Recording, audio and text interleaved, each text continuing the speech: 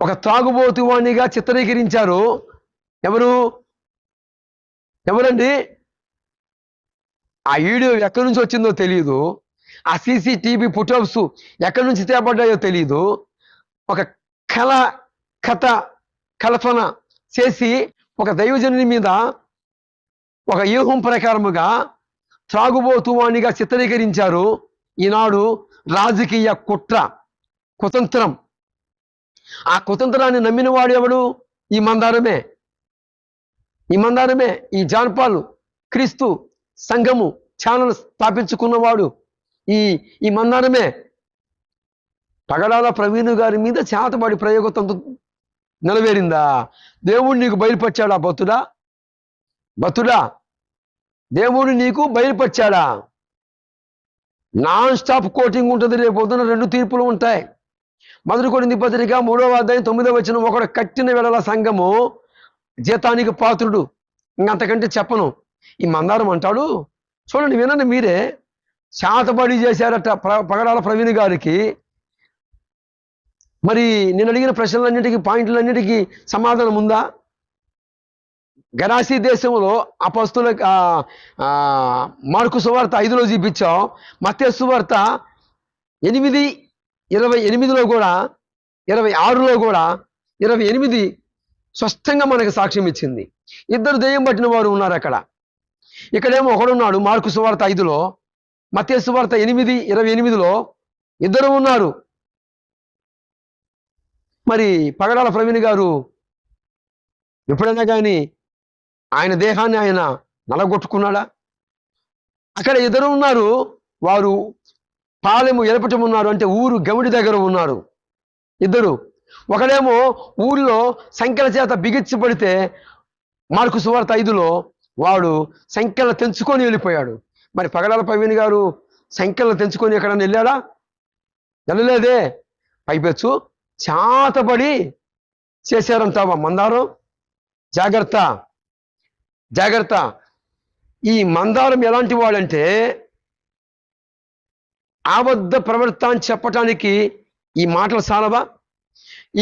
ఈ మందారానికంట కళలు కన్నారట, దైవజనాలు కలిగినాయట. దేవుడట ఈ మందారానికి బయలుపరిచాడట. ఎంత బతుడో అమ్మో, ఎంత బతుడో! లేని నింద పుట్టిస్తే శాపగ్రస్తుడైపోతావు. నిర్గమకాండము 23వ అధ్యాయం. మరి ఎలాగ నువ్వు చెప్పగలుగుతావు అంటే, ఒక అభిషక్తుడు, ఒక దైవ సేవకుడి మీద కొన్ని మతోన్మాద కుతంత్రాలలో, రాజకీయ సదరంగములో మా పగడాల ప్రవీణ్ గారి అన్నని బలి తీసుకున్నది గాక, కొన్ని మతోన్మాద శక్తులు, దుష్ట శక్తులు ఏం చేశాయి? త్రాగుబోతు వాడని ముద్రించాడు. ఆ ముద్రని కొన్ని కోట్ల మంది ప్రజలు ఖండిస్తున్నారు. మా దైవజనుని చంపడమే కాకుండా ముద్రిస్తారా? జాగ్రత్త అని సవాలుకరంగా ఈరోజు దైవజనులు ఎంతో మంది సవాలుకరంగా నిలబడ్డారు. చేతనైతే ఒక మంచి మాటలు చెప్పు. లేనిపోయినవి కల్పించావా? ఇర్మీయా గ్రంథము 23వ అధ్యాయము 25వ వచనము నీకే. జాగ్రత్త, యెహోవా ఇంటున్నాడు. Praise lord. వెరసి ఈ మందారం చెబుతున్న మాట వింటారా? చాతబడులు చేశారట. ఎవరికి? పగడాల ప్రవీణ్ గారికి. అందుకే దురాత్మ సమూహం వచ్చిందట. అలా లేపి మోటార్ సైకిల్ కింద ఇలాగ ఉంచాయట. మరి పెదాలకి డ్యామేజ్ ఎందుకు అయింది? దురాత్మ సమూహానికి తెలియలేదా ఎక్కడ డ్యామేజీ కాకూడదని? ఏమండి, ఈ మందారాన్ని అడగాలి. ఈ మందారానికంట దేవుడు బయలుపరిచాడట. జాగ్రత్త సుమి.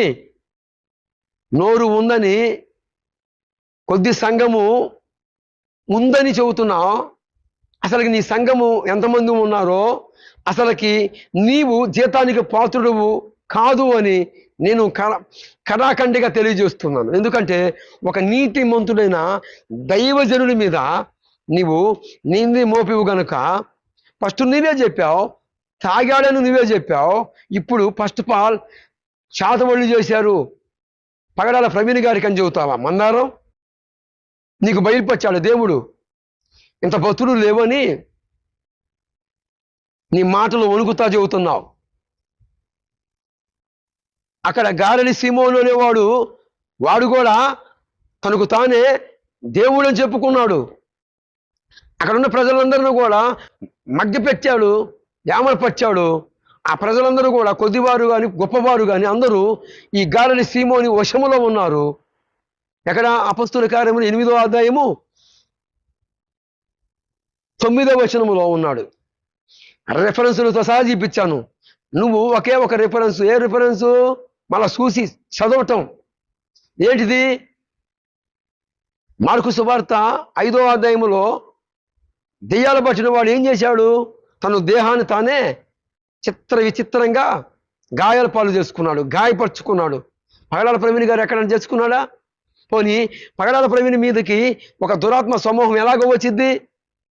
చూస్తేనే ఏ అపిత్రాత్మ ఏసునామం ఆజ్ఞాపిస్తున్నాను వెళ్ళు అంటేనే వెళ్ళిపోతున్నాయి.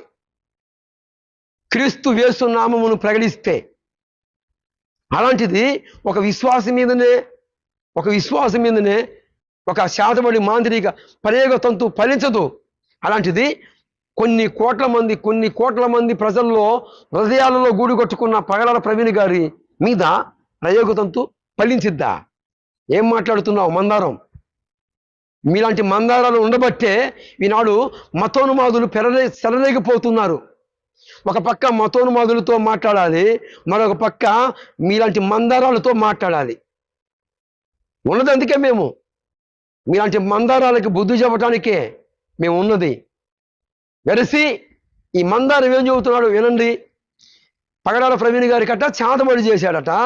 ఈ మందారానికి వ్యక్తిగతం, ఇంక నేను అన్నీ చెప్పాల్సిన అవసరం లేదు. నాకు దేవుడు బయలుపరిచినటువంటి విషయం ఏంటంటే ఇది హత్యే, కానీ సెల్ఫ్ యాక్సిడెంట్, హత్యతో కూడిన సెల్ఫ్ యాక్సిడెంట్. టోటల్గా దీన్ని హత్య అని మనం భావించాలి. ఇంకా నా మాటలు మీరు అర్థం చేసుకునే ప్రయత్నం చేయండి. నేను కొంచెం వివరంగా చెప్తాను, మీకు ఇప్పుడు ఇంకా అర్థం కాలేదు. అదేంటంటే 2 విషయాలు కలిపి చెప్పారు అనుకుంటున్నారు కదా. టోటల్గా ఇది హత్య. అయితే తనకు తానుగానే డ్రింక్ చేసి మత్తులోకి వెళ్ళి తన ప్రాణం తానే తీసుకునేటట్లుగా దురాత్మల చేత ఆయన నడిపించబడి చంపబడ్డాడు. ఎవరో ఆయన అక్కడ చంపేశారు అన్నది కాదండి. నిజం చెప్పాలంటే బైక్ని చంపినటువంటి వాళ్ళు బైక్ని అట్లా అసలు పడుకోబెట్టాల్సిన అవసరం ఏంటండి? వాళ్ళకి జ్ఞానం ఉండదా, ఆలోచన ఉండదా? యాక్సిడెంట్ అయితే అరే ఇట్లా పడుకోబెడితే రేపు ఇది మన మీదకే కేసు వస్తుంది, పడుకోబెట్టడం తప్పు. యాక్సిడెంట్ అయినప్పుడు మనిషిని అటు ఇసురుతారు, ఇటు ఇసురేసి వెళ్ళిపోవాలి వాళ్ళు హడావిడిగా. ఎట్లా పడుకోబెడతారండి? దయ్యముల శక్తి చేత దయ్యముల సమూహము ఈ పని చేశాయి. దయ్యములు అందుకనే వెహికల్స్కి కూడా వెహికల్కి ఎలాంటి దెబ్బ తగలకుండా సెల్ఫ్ యాక్సిడెంట్ లాగా దయ్యములు ఆయన మత్తులో ముంచేసి ఆయన ఆలోచన జ్ఞానము లేకుండా చేసేసి, ఒక మాటలో చెప్పాలంటే మీలో కొంతమంది నమ్మకపోవచ్చు, చేతబడులు చేస్తారు అంటారు చూసారా, అట్లా ఆయన మీద దయ్యోగలను ప్రయోగించారు. జాగ్రత్తగా వినండి. అవి ఆయన మీద ప్రయోగం చేయబడింది కనుక ఆ ప్రయోగానికి గురైనటువంటి వ్యక్తి మానసికంగా సరైనటువంటి ఆలోచన లేకుండా దయ్యములు అతన్ని ఈడ్చుకొని పోతే, ఏమంటే ఇది నిజమా? వాక్యానుసారం అంటే వాక్యానుసారమే. దయ్యములు సమూహము సేనాని సమాధుల్లోకి ఈడ్చుకుపోయాయంట. సంఖ్యలు వేస్తే తుత్తినీలుగా తెంచేసేవాడంట.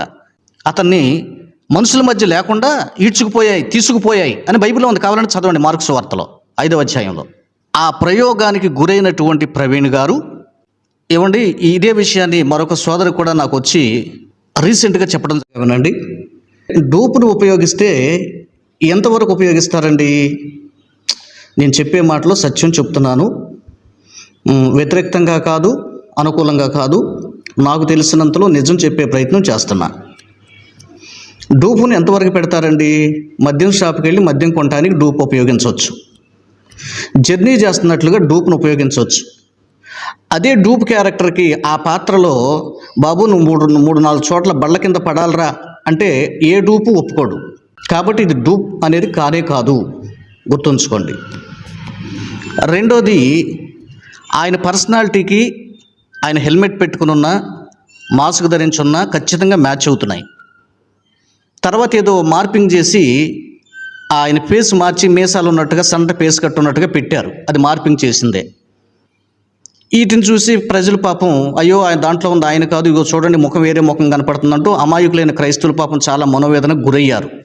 సందులో సడేమియా అన్నట్టుగా దీన్ని పబ్లిసిటీ కోసం, వ్యూస్ పెంచుకోవటం కోసం, సబ్స్క్రైబర్స్ని పెంచుకోవటం కోసం గుంటకాడ నక్కల్లాగా కొంతమంది ఆయన మరణాన్ని ఏదో సానుభూతి చూపుతున్నట్లుగా, ఆయనంటే తెగ ప్రేమ కారిపోతున్నట్లుగా, పరిచయం లేని వాళ్ళు కూడా, ఆయన తిట్టిన వాళ్ళు కూడా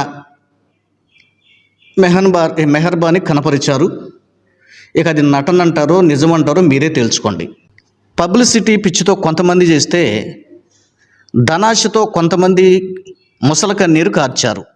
సరే, ప్రస్తుతం నేను పేర్లు ఈ వీడియోలు చెప్పాలనుకోవట్లేదండి, మీరే అర్థం చేసుకోండి. ఇది ఒక వెర్షన్. ఆయన డూప్ కాదు, క్రైస్తవులకు నేను క్లారిటీ ఇస్తున్నా. డూప్ ఎప్పుడు కూడా యాక్సిడెంట్ ఫాలో అవటానికి ఇష్టపడడు. ఎక్కడో ఒక చోట చిన్న పొరపాటు జరిగితే వాడి ప్రాణాలే పోతాయి. అది ఎక్కడైనా ఒక్కచోట పడటమా కాదు. విజయవాడకి ఆవలా జరిగింది, విజయవాడకి ఈవలా జరిగింది కనుక అది డూప్ అనడానికి అసలు అవకాశం లేదు. అప్పుడే ఒక నిర్ణయానికి రాబాకండి. జాన్బాబు గారు ఏదో పక్షపాతంతో మాట్లాడుతున్నారు అని అప్పుడే మీ హృదయంలో సైతాను ఒక ఆలోచన పుట్టిస్తాడు. దాన్ని తుంచేయండి.